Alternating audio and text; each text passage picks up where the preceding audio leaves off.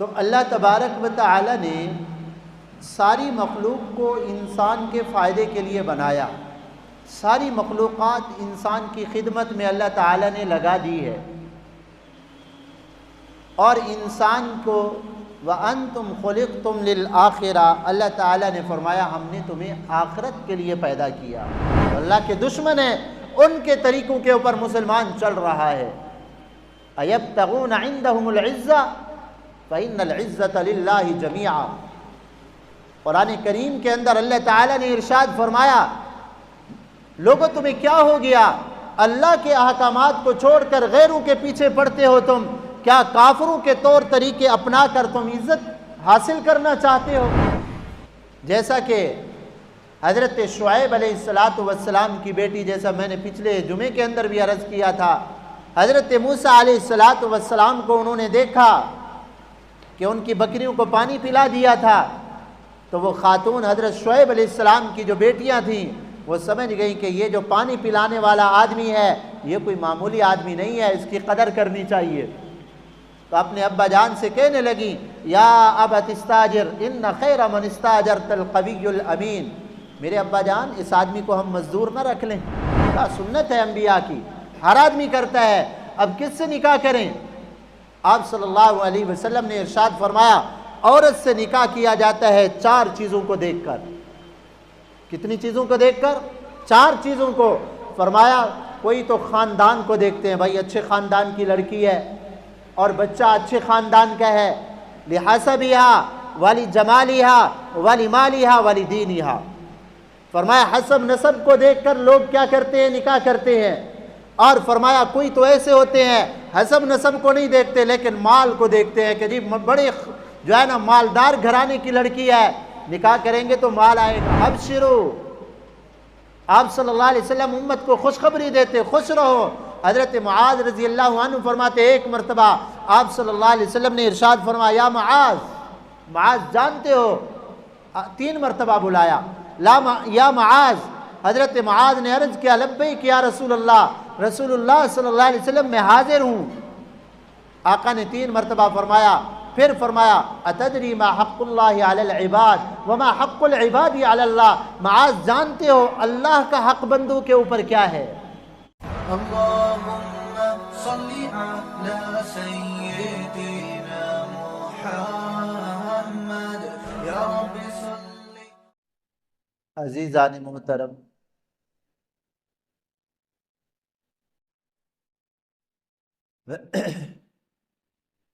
آج 5 جمادی الاولیٰ جمعۃ المبارک کا دن ہے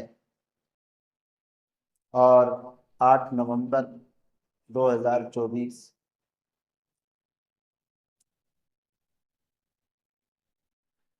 ہم پچھلے تقریباً 2 مہینوں سے امام الانبیاء خاتم النبیین حضرت محمد الرسول اللہ صلی اللہ علیہ وسلم کی سیرت کے حوالے سے گفتگو کر رہے ہیں۔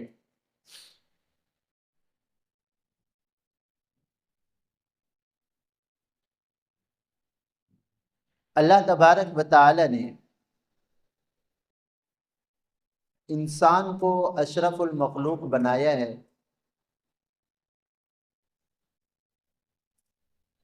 اور اس کائنات کا اللہ تعالی نے انسان کو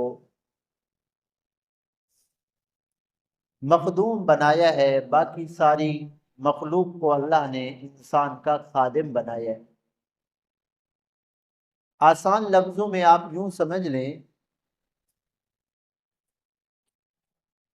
کہ انسان اللہ کی ساری مخلوقات سے فائدہ اٹھاتا ہے۔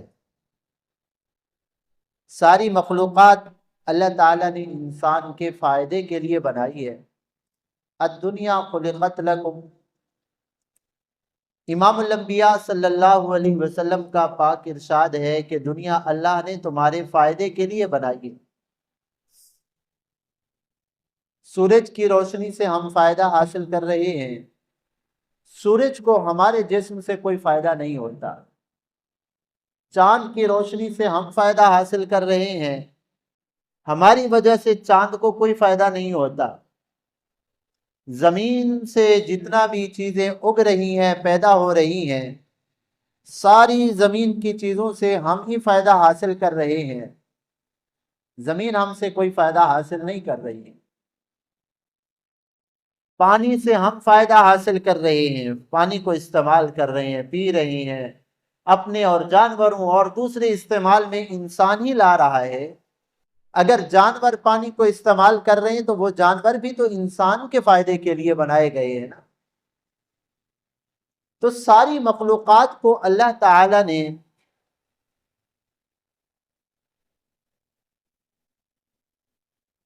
آخر والے دو پیچھے کرو یہاں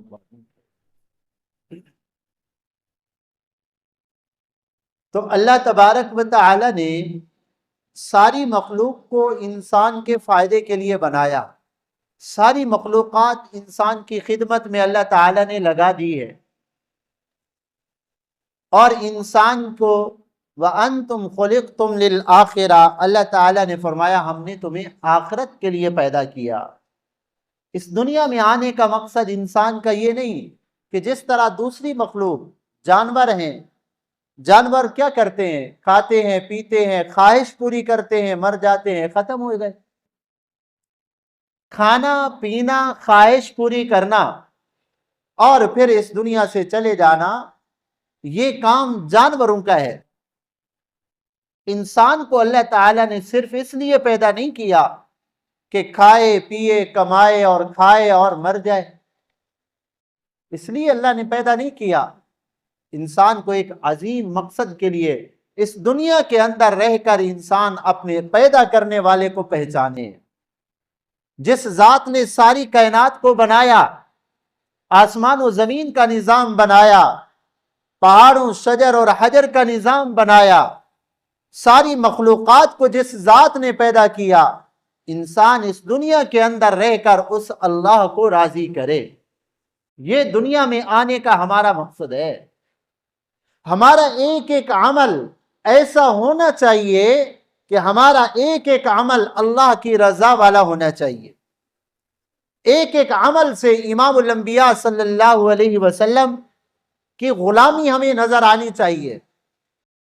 پتہ چلے کہ یہ مسلمان امام الانبیاء صلی اللہ علیہ وسلم کا با وفا امتی ہے، وفا کرنے والا امتی ہے، یہ اپنے محبوب صلی اللہ علیہ وسلم کے نقش قدم کے اوپر مر مٹنے والا ہے۔ مسلمان کو اپنے محبوب صلی اللہ علیہ وسلم اور اللہ تبارک و تعالی کے حکم سے زیادہ کوئی چیز عزیز نہیں ہونی چاہیے۔ یہ مسلمان کے دنیا میں آنے کا مقصد ہے۔ دنیا کے اندر کافر بھی ہیں اور مسلمان بھی ہیں۔ کافر اور مسلمان کا کیا فرق ہے؟ کافر اور مسلمان کا کیا فرق ہے؟ یہی تو فرق ہے نا کہ کافر اپنی خواہش کے مطابق زندگی گزار رہا ہے، اس کا اٹھنا بھی اپنی مرضی کے مطابق، اس کا سونا بھی اپنی مرضی کے مطابق، اس کا کاروبار بھی اپنی خواہش کے مطابق، اس کی خوشی اور غمی بھی اپنی مرضی کے مطابق، حلال حرام کی وہ کوئی پہچان نہیں کرتا، خوشی غمی کے اندر اپنی مرضی جو دل میں آیا من کے اندر آیا وہی کر دیا۔ یہ راستہ ہے شیطان کا، کفار کا یہ راستہ ہے، مسلمان کا یہ طریقہ نہیں ہے۔ مسلمان نے جب کلمہ پڑھا لا الہ الا اللہ محمد الرسول اللہ، ایک اقرار کے اندر اس نے اپنے آپ کو اللہ کے حوالے کر دیا کہ لا الہ الا اللہ حکم ہوگا اللہ تبارک و تعالی کا، محمد الرسول اللہ، محمد الرسول اللہ صلی اللہ علیہ وسلم کا طریقہ ہوگا اور یہ امتی اس پہ عمل کرے گا۔ کلمہ پڑھنا صرف زبان سے پڑھ لینے سے انسان کا کام ختم نہیں ہو جاتا، بلکہ ایک بہت بڑی ذمہ داری انسان کے اوپر لاگو ہو جاتی ہے۔ اب اس کا اٹھنا بیٹھنا اپنی مرضی کے مطابق نہیں ہوگا، امام الانبیاء صلی اللہ علیہ وسلم کے طریقے کے مطابق ہوگا۔ کیوں بھائی؟ سونے کا اور اٹھنے کا، خوشی کا اور غمی کا آپ صلی اللہ علیہ وسلم نے طریقہ بتایا نہیں بتایا؟ بتایا ہے۔ لیکن اللہ معاف فرمائے، اللہ معاف فرمائے، ہم مسلمانوں کو پتہ نہیں کیا ہو گیا، آنکھیں بند کر کے مسلمان جو ہے اللہ کے محبوب صلی اللہ علیہ وسلم کے طریقے کو چھوڑ کر، اللہ کے احکامات کو چھوڑ کر، جو لوگ اللہ کو ناراض کرنے والے ہیں، جو اللہ کے باغی ہیں، جو اللہ کے دشمن ہیں دنیا کے اندر، جو اللہ کے دشمن ہیں، ان کے طریقوں کے اوپر مسلمان چل رہا ہے۔ اَيَبْتَغُونَ عِنْدَهُمُ الْعِزَّةَ فَإِنَّ الْعِزَّةَ لِلَّهِ جَمِيعًا۔ قرآن کریم کے اندر اللہ تعالیٰ نے ارشاد فرمایا، لوگوں تمہیں کیا ہو گیا؟ اللہ کے احکامات کو چھوڑ کر غیروں کے پیچھے پڑتے ہو تم؟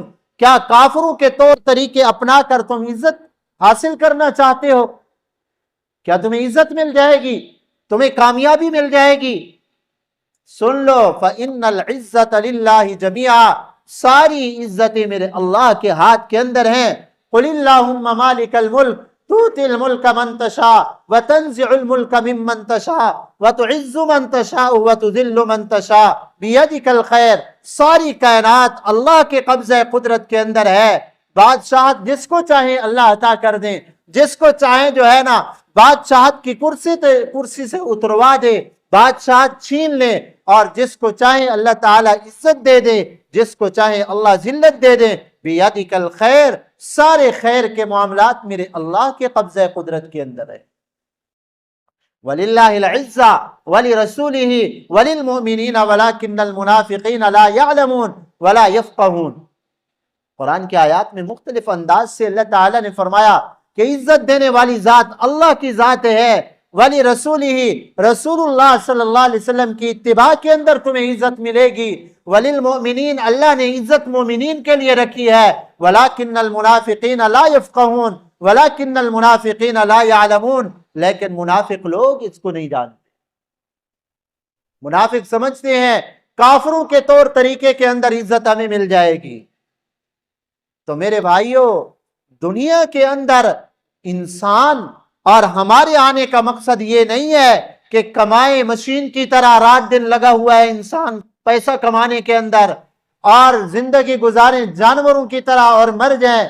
انسان کو تو اللہ نے اشرف مخلوق بنایا تھا، اس لیے تو انسان نہیں آیا۔ انسان آیا ہے اپنے اللہ کی معرفت اور پہچان کے لیے، اپنے اللہ کو راضی کرنے کے لیے دنیا کے اندر آیا ہے انسان۔ اسی لیے اب ایک انسان کو نہیں پتا کہ میں نے اپنے اللہ کو کیسے راضی کرنا ہے، میں نے اللہ کو کیسے راضی کرنا ہے، عام انسان کو پتہ نہیں چل سکتا۔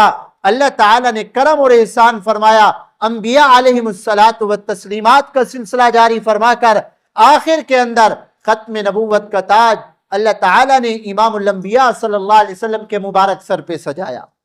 ہمارے نبی پاک صلی اللہ علیہ وسلم خاتم النبیین ہے، آقا کے بعد اب کوئی اور پیغمبر نہیں آئے گا۔ اب نجات ہے، کامیابی ہے تو امام الانبیاء صلی اللہ علیہ وسلم کے طریقے کے اندر ہے۔ کامیابی اور نجات اللہ تبارک و تعالی نے آپ صلی اللہ علیہ وسلم کے طریقے کے اندر رکھی ہے۔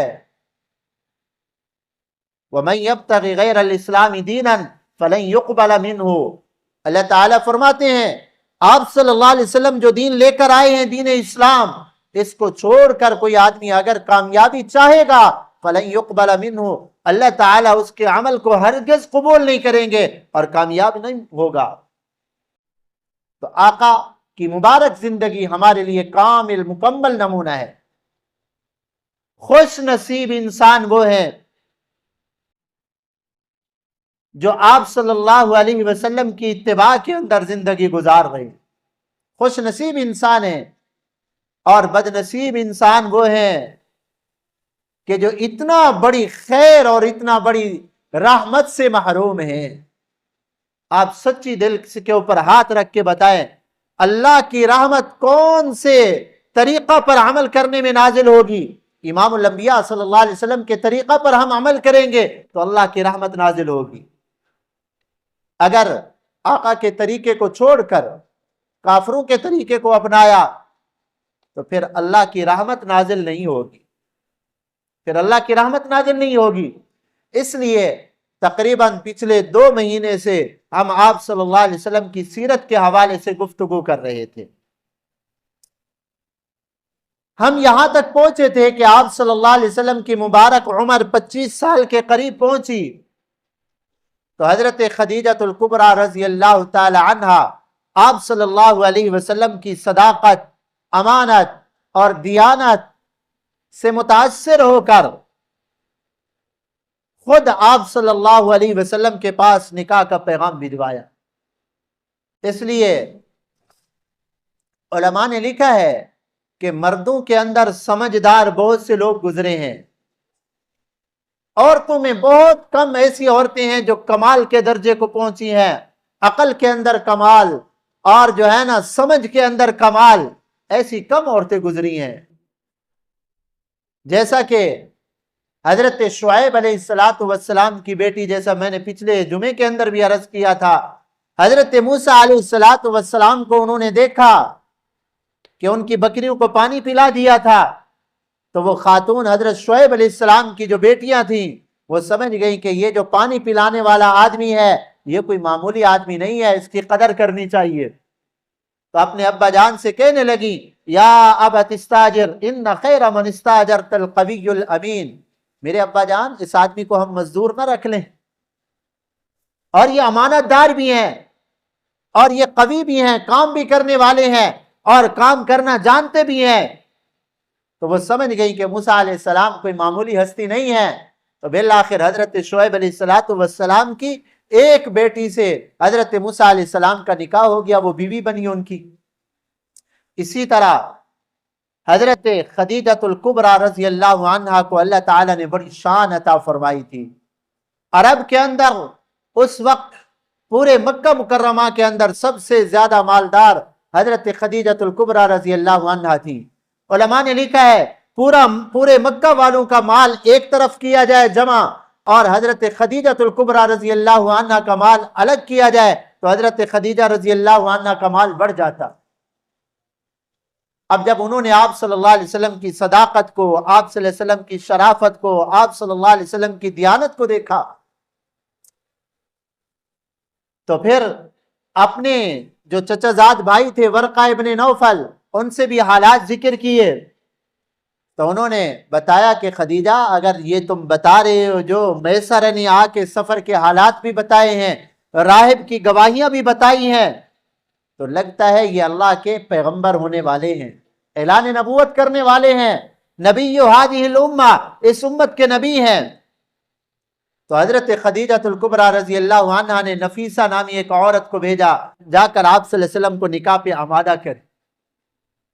تو نفیسہ آئیں، آپ صلی اللہ علیہ وسلم سے گفتگو کی اور کہا کہ محمد صلی اللہ علیہ وسلم آپ نکاح کیوں نہیں کرتے؟ آقا نے فرمایا کہ بھائی کس سے نکاح کروں؟ انہوں نے کہا کیا آپ ایسی عورت چاہتے ہیں جس کو اللہ نے حسب نسب بھی اعلیٰ دیا ہے، اللہ نے مال بھی وافر مقدار میں دیا ہے، اللہ نے کمال بھی دیا ہے اور جمال بھی دیا ہے؟ تو آقا نے فرمایا اگر ایسی عورت مل جائے، حسب نسب خاندان بھی اعلیٰ ہے اور شرافت بھی اعلیٰ ہے، ہاں پاک دامن بھی ہے، کردار کی بھی اعلیٰ عورت ہو اور جمال بھی ہو، حسن بھی ہو، کمال بھی ہو، مال بھی ہو، حسب نسب بھی ہو، پھر کون انکار کرے گا؟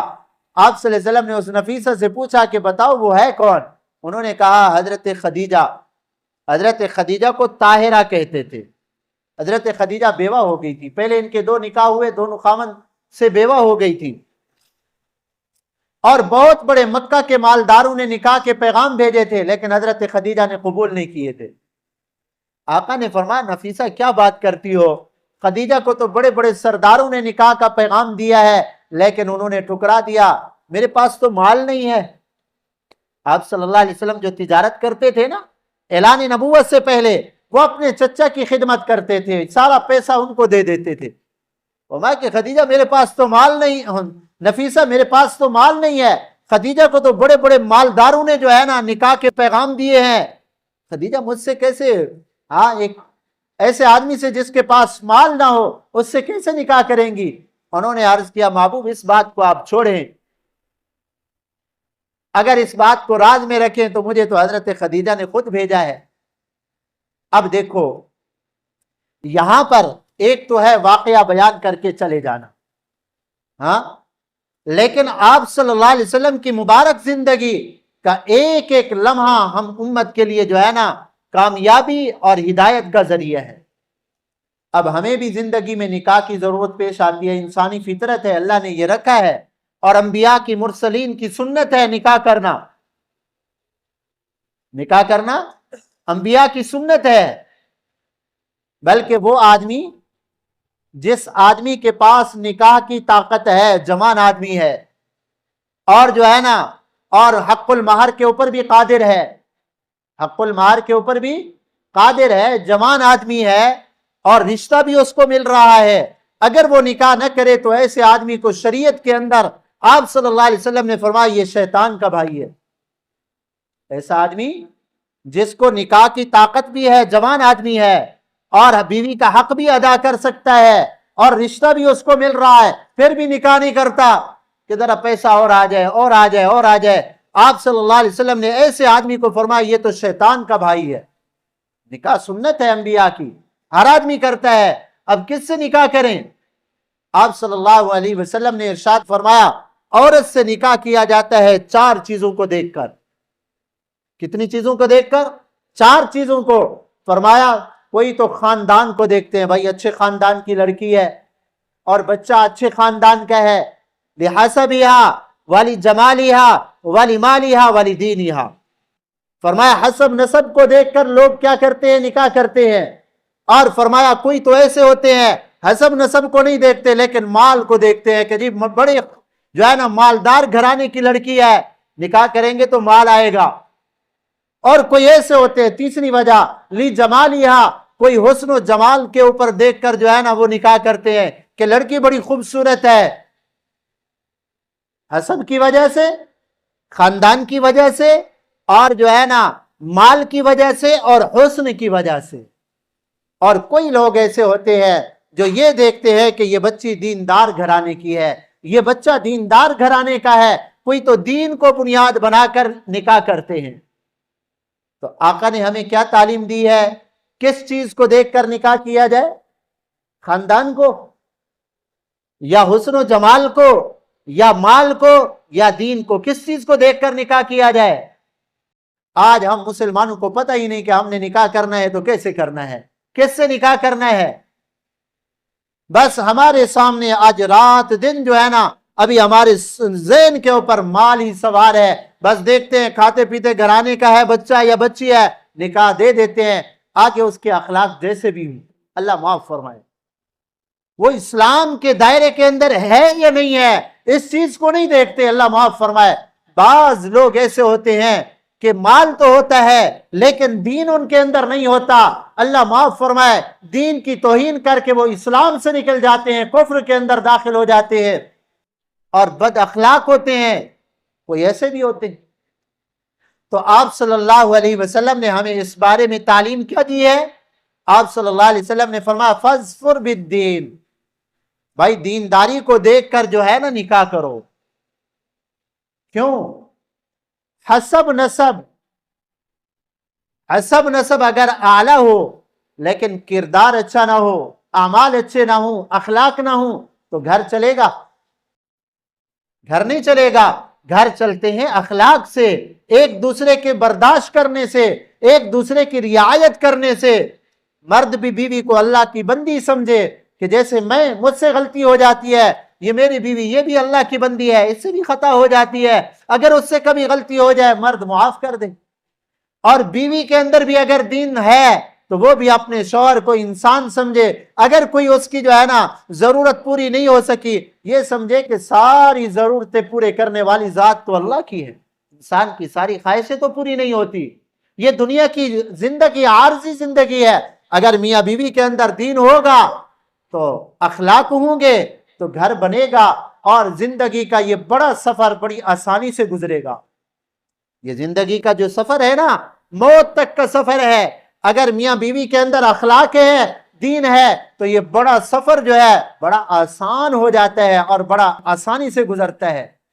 اور اللہ معاف فرمائے اگر دینداری نہیں ہے، مال ہے، ہم نے ایسے گھرانے بھی دیکھے مالدار اخلاق نہیں تھے، اللہ معاف فرمائے چند مہینوں کے بعد جدائیاں ہوگی، پھر میاں بیوی کی جدائی دو آدمی کی جدائی نہیں ہے، دو خاندانوں کی لڑائی ہے۔ تو آپ صلی اللہ علیہ وسلم کے اس مبارک عمل سے کہ نکاح کس سے کیا جائے؟ دینداری کو دیکھ کر نکاح کیا جائے۔ اللہ تمام مسلمان گھروں کو آباد فرمائے، تمام گھروں کو اللہ تعالیٰ دین سے آباد فرمائے۔ آج ہمارے گھر جہنم اسی لیے بنے ہوئے ہیں کہ گھروں کے اندر دینداری نہیں ہوتی، مرد کو بیوی کے حقوق کا پتہ نہیں ہے اور بیوی کو اپنے شوہر کے حقوق کا پتہ نہیں ہے۔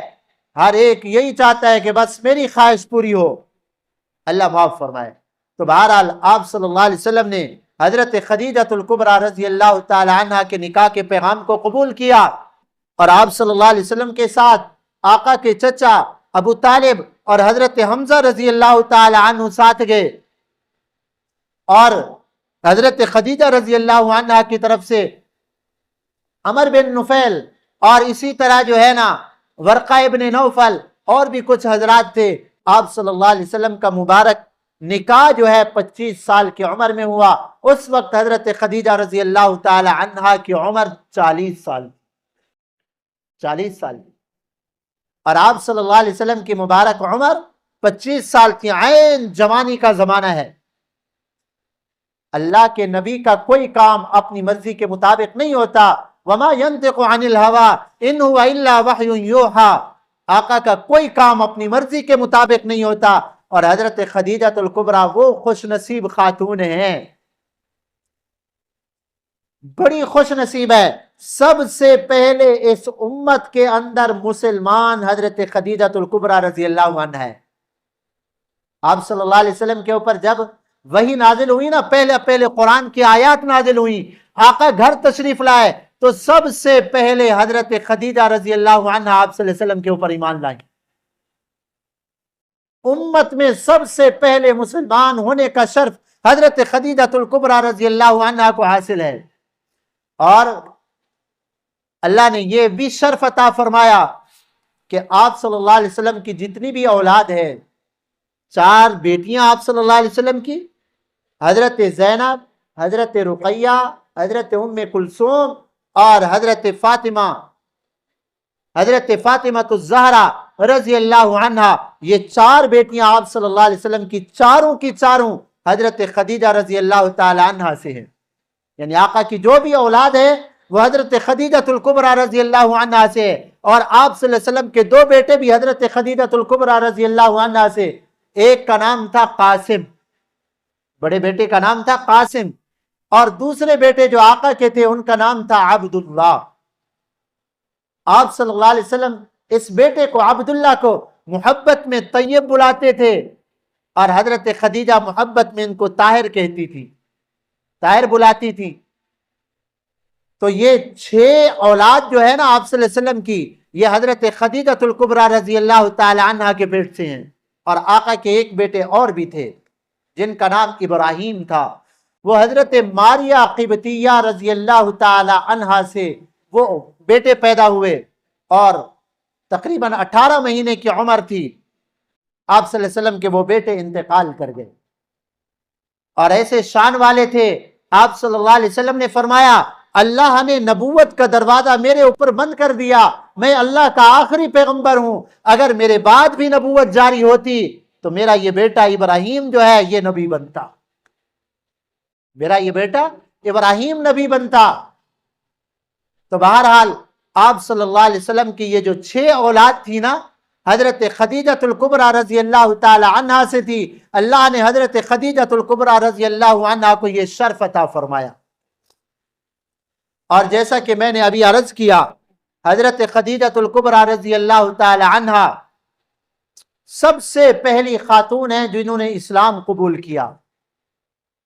جب پہلی وحی نازل ہوئی اس وقت آپ صلی اللہ علیہ وسلم کے اوپر ایک گھبراہٹ کی کیفیت تھی۔ آپ صلی اللہ علیہ وسلم تشریف لائے اور فرمایا زملونی زملونی، مجھے کمبل اڑا دو۔ تو آپ صلی اللہ علیہ وسلم کو کمبل اڑا دیا گیا۔ تو حضرت خدیجہ رضی اللہ عنہ نے بعد میں پوچھا محبوب کیا ہوا، آپ کیوں گھبرا رہے ہیں؟ تو آپ صلی اللہ علیہ وسلم نے اپنا وہ غار حرا والا واقعہ جس کا آئندہ ہم تذکرہ کریں گے انشاءاللہ اس کا ذکر کیا۔ تو حضرت خدیجہ رضی اللہ عنہ نے آپ صلی اللہ علیہ وسلم کو سب سے پہلے تسلیہ دی، کتنی یعنی ان کی شان ہے کہ تسلی کس کو دے رہی؟ اللہ کے نبی ساری امت کو تسلیاں دیتے ہیں، گھبراؤ نہیں، ابشرو۔ آپ صلی اللہ علیہ وسلم امت کو خوشخبری دیتے، خوش رہو۔ حضرت معاذ رضی اللہ عنہ فرماتے ایک مرتبہ آپ صلی اللہ علیہ وسلم نے ارشاد فرمایا، یا معاذ، معاذ جانتے ہو، 3 مرتبہ بلایا، یا معاذ۔ حضرت معاذ نے عرض کیا، لبیک یا رسول اللہ، رسول اللہ صلی اللہ علیہ وسلم میں حاضر ہوں۔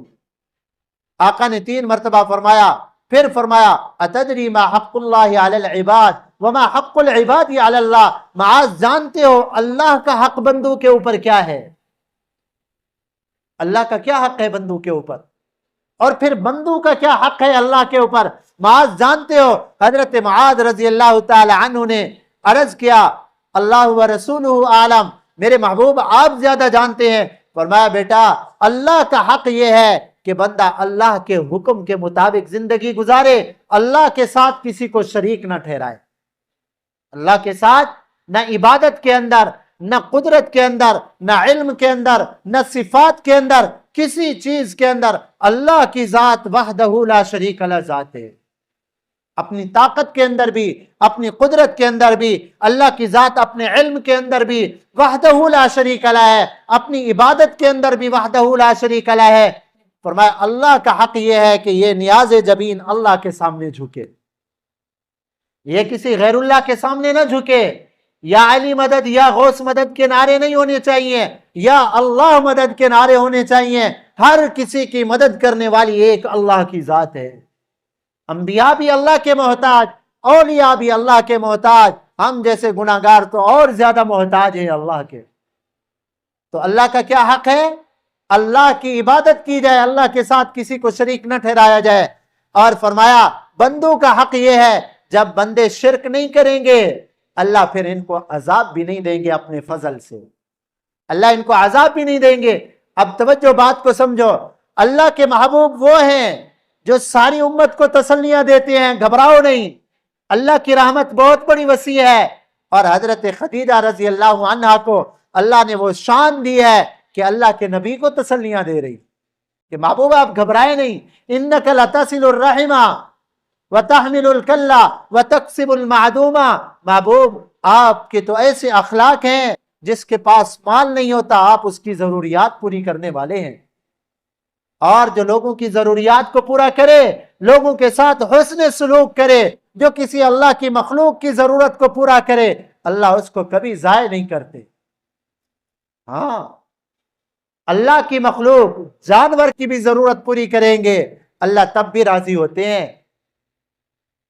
وہ واقعہ بڑا مشہور واقعہ ہے، ایک زانیہ عورت جا رہی تھی، دیکھا کتا جو ہے نا پیاس سے تڑپ رہا ہے اور زبان نکالے ہوئے وہ گیلی مٹی کو چوس رہا ہے، کتا زبان نکالے ہوئے پیاس سے۔ اس نے دیکھا ساتھ کنواں ہے اور لیکن رسی نہیں ہے کہ اس کنویں سے پانی نکالے، اس نے اپنا دوپٹہ لیا اور جو پاؤں کے اندر موزہ تھا اس سے باندھا اور کنویں کے اندر ڈالا اور ڈال کے وہ پانی نکالا اور اس کتے کے بچے کو پلایا اور اس کی پیاس ختم ہوئی، وہ اٹھ کے چلا گیا۔ آپ صلی اللہ علیہ وسلم نے فرمایا اس عمل کی وجہ سے اس نے اللہ کی اس مخلوق، اب کتا حرام مخلوق ہے نا، اس کا کھانا حرام ہے نا، لیکن ہے تو اللہ کی مخلوق نا، تو اللہ کی مخلوق کے ساتھ اس نے سلوک کیا، اللہ تعالیٰ کو اس کا یہ عمل پسند آیا، اللہ نے اس کو توبہ کی توفیق دے دی اور اس کے پچھلے سارے گناہ اللہ نے معاف کر دی۔ تو اللہ کی نیک مخلوق کے ساتھ، اللہ کے بندوں کے ساتھ، انسانوں کے ساتھ ہم اچھا سلوک کریں گے تو اللہ کتنا خوش ہوں گے۔ نیک لوگوں کے ساتھ، علماء کے ساتھ آج وقت کی ضرورت ہے، سارا دنیا کفر جو ہے اسلام کو مٹانے کے اوپر لگے ہوئے، اور بڑی دکھ کی بات تو یہ ہے کہ ہم مسلمان بھی ان کے اعلی کار بنے ہوئے، ہماری خوشیاں اور ہماری غمیاں ہندو کے طریقے کے مطابق، پتہ ہی نہیں چلتا کہ مسلمان گھروں کے اندر شادی ہے یا کسی ہندو کے گھر کے اندر ہے، اسلام کا پتہ ہی نہیں ہے اور اللہ کے احکامات کا پتہ ہی نہیں ہے، اور اپنی تباہی کا پتہ نہیں ہے کہ ہم کون سے تباہی والے راستے پہ جا رہے ہیں۔ گانا بجانا اور پوری رات گانا لگانا اور پورے علاقے اور پورے محلے کے سکون کو برباد کرنا دین اسلام کے اندر تو ویسے ہی حرام ہے، لیکن انسان ہونے کے ناطے انسانیت بھی اس کا تقاضا کرتی ہے کہ یہ چیز گناہ ہے۔ آپ کی دیوار کے ساتھ بیمار ہے اور آپ پورے گھر کے اندر جو ہے نا ساری رات گانے چلا رہے ہیں لوڈ کے اندر اور پوری آواز کھول کر، انسانیت مر گئی ہے تمہارے دلوں سے۔ اگر اسلام کا خیال نہ کرتے تو کم از کم انسانیت کا تو خیال ہوتا کہ بھائی کوئی مریض ہے اس کو تکلیف ہوگی، لیکن ہم ہیں کہ شیطان کے آلہ کار بنے ہوئے ہیں۔ کوئی پتہ نہیں مسلمان کو میں کتنا بڑی تباہی کے راستے کے اوپر چل رہا ہوں۔ ایک آدمی بیمار ہے ایسی موذی بیماری کے اندر کہ آج نہیں کل اس بیماری سے وہ مر جائے گا، ہلاکت ہو جائے گی، اور وہ دندناتا پھر رہا ہے، اس کو پتہ ہی نہیں۔ تو اس جیسا بے وقوف انسان دنیا کے اندر کوئی نہیں۔ آج ہم اپنی تباہی کو خود جو ہے نا راستہ اختیار کیا ہوا ہے، دین کو چھوڑا ہوا ہے، تباہی کے راستے کے اوپر چل رہے ہیں، اور رات ہے دن ہے گزر رہے ہیں، اپنی تباہی کا پتہ نہیں۔ ہاں جب فرشتہ ادھر ہاتھ رکھے گا پھر پتہ چلے گا، پھر کہے گا لولا اخرتنی الی اجل قریب، اے اللہ مجھے تھوڑی سی مہلت دے دیتے، میں توبہ کرتا، میں اپنے مال کو تیرے راستے کے اندر خرچ کرتا۔ لیکن میرے بھائی پھر توبہ نہیں، پھر توبہ کا دروازہ بند ہو جائے گا اور پھر مہلت نہیں ملے گی۔ تو سنبھالو اپنے آپ کو، کس راستے کے اوپر چل رہے ہو؟ آقا نے فرمایا جب قیامت میں انسان اٹھے گا زمین اس کے پاؤں کو پکڑ لے گی، نہیں چھوڑے گی، حتی یسأل عن اربع، جب تک 4 سوال نہ کیے جائے۔ پہلا سوال ہوگا عن عمرہ فیما ابلاہ وعن شبابہ فیما افناہ، اس انسان کی زندگی کے بارے میں کہ زندگی کہاں خرچ کر کے آئے ہو، اور اللہ نے جوانی دی تھی، جوانی کہاں خرچ کر کے آؤ، اور اللہ نے مال دیا تھا کہاں لگایا تھا، کہاں خرچ کیا تھا، کیسے کمایا تھا۔ تو میرے بھائی خوش نصیب انسان ہے جن کی جانیں بھی، جن کے مال بھی اللہ کے دین کے پھیلانے میں لگے ہوئے۔ تو مال تو خرچ ہو کے ہی فائدہ دیتا ہے، تو کیوں نہ ہم اللہ کے راستے میں نیک لوگوں کے اوپر، اللہ والوں کے اوپر اس مال کو خرچ کریں، اور جہاں اللہ راضی ہوتے ہیں مساجد کے اندر، مدارس کے اندر، علماء کے اوپر، اللہ کی اس مخلوق کے اوپر خرچ کر کے ہم آخرت کے لیے اپنی نجات کا ذریعہ بنا کر جائیں۔ اللہ تعالی ہم سب کو توفیق نصیب فرمائے، اپنی جانوں کو بھی اپنے مالوں کو بھی سنت کے مطابق اللہ تعالی خرچ کرنے کی توفیق دے۔ وما علینا الا البلاغ، سنتیں پڑھ لیں۔